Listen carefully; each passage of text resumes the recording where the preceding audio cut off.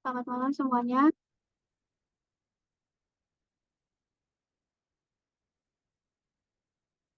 Selamat malam.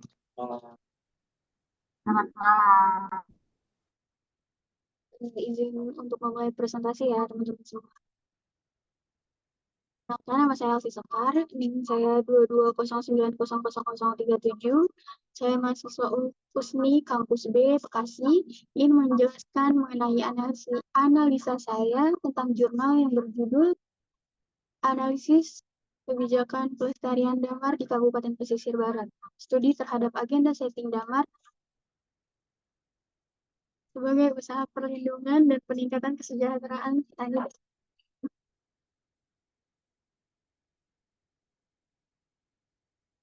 Yang pertama, ada abstrak. Kabupaten Pesisir Barat memiliki kekayaan alam getah pohonan berkualitas terbaik di dunia. Namun, resin menyusut karena penebangan kayu. Pemerintah membuat agenda konservasi resin untuk pelestarian dan kesejahteraan petani resin. Penelitian ini dilakukan dengan metode deskriptif kualitatif, bertujuan untuk pemerintah daerah aktif dalam penerapan agenda dengan melibatkan berbagai aktor termasuk masyarakat agar lebih aktif dalam agenda pemerintah.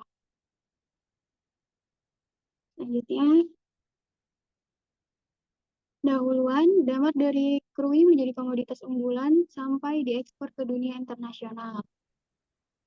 Terutama kawasan Asia dan Eropa merupakan negara tujuan ekspor damar mata kucing yang meliputi India, Jerman, Filipina, Prancis, sampai Italia.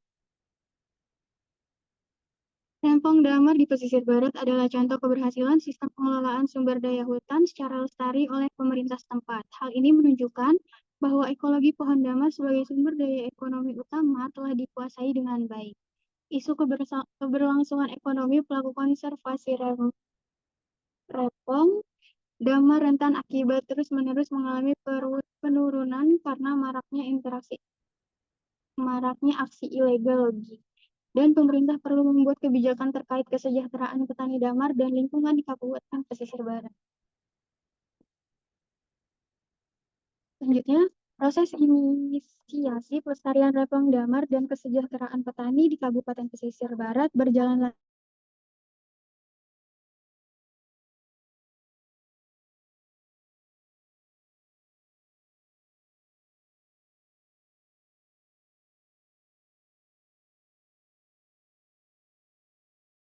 dan pada akhirnya ditetapkan menjadi agenda setting kebijakan yang akan disahkan oleh pemerintah. Bagaimana proses agenda setting terhadap isu pelestarian dan kesejahteraan masyarakat petani damar di Kabupaten Pesisir Barat? Asumsi teori. Agenda setting adalah teori komunikasi massa yang menyatakan media memiliki kemampuan menentukan isu mana yang penting bagi publik. Diperkenalkan pada tahun 1972 oleh Profesor Maxwell MC Combs dan Donald Shaw. Media berita mempengaruhi pandangan publik terhadap sebuah topik. Apa yang dianggap penting oleh media akan dianggap penting juga oleh masyarakat.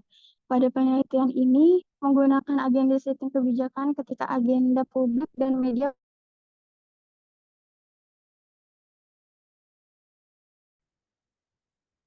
Selanjutnya, asumsi tokoh. Istilah agenda setting diciptakan MC Combs dan Shaw pada Morrison 2015 halaman 494 untuk menggambarkan fenomena yang telah diketahui dan diteliti dalam konteks kampanye pemilu yang kemudian agenda setting terbagi menjadi 3 jenis, menjadi publik, media, dan kebijakan.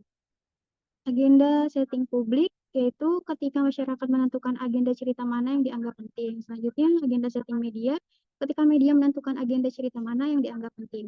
Dan agenda setting kebijakan ketika agenda publik dan media mempengaruhi keputusan sebuah kebijakan terhadap publik.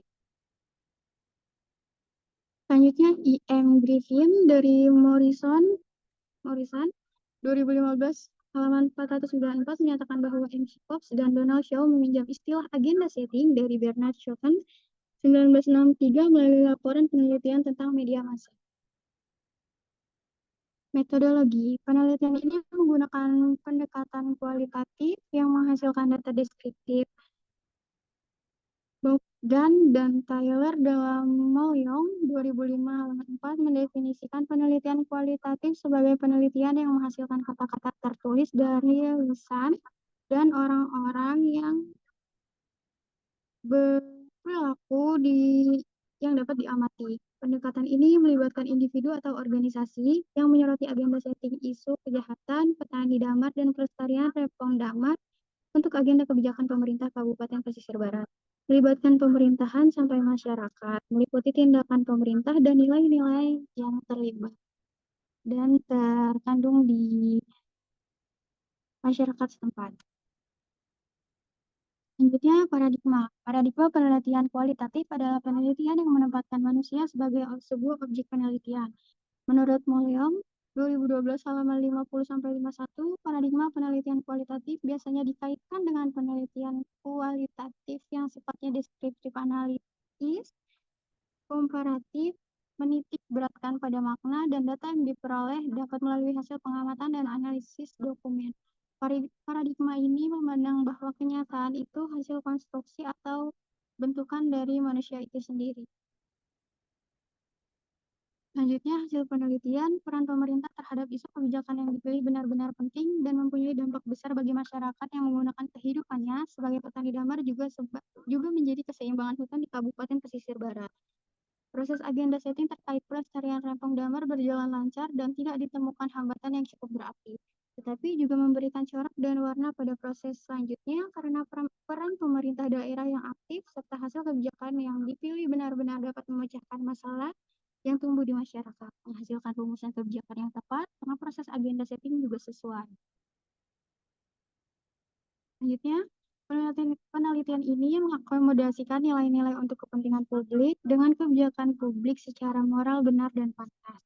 Saat ini, pemerintah setempat telah mengeluarkan peraturan daerah untuk menjaga rempong, damar, dan lingkungan, namun masih perlu menyediakan alternatif kebijakan yang melibatkan masyarakat dalam proses keputusan. Kebijakan yang dihasilkan menciptakan hasil yang maksimal dengan proses agenda setting. Kesimpulannya, peran pemerintah terhadap agenda setting kebijakan pelestarian rempong damar adalah kebijakan satu. Kenyataan proses kebijakan pelestarian rempong damar di Kabupaten Pesisir Barat didasari oleh nilai-nilai kebijakan untuk menjaga rempong damar, perhutanan, serta kepentingan masyarakat yang terlibat. Berikut saya sertakan referensinya. Dan terima kasih.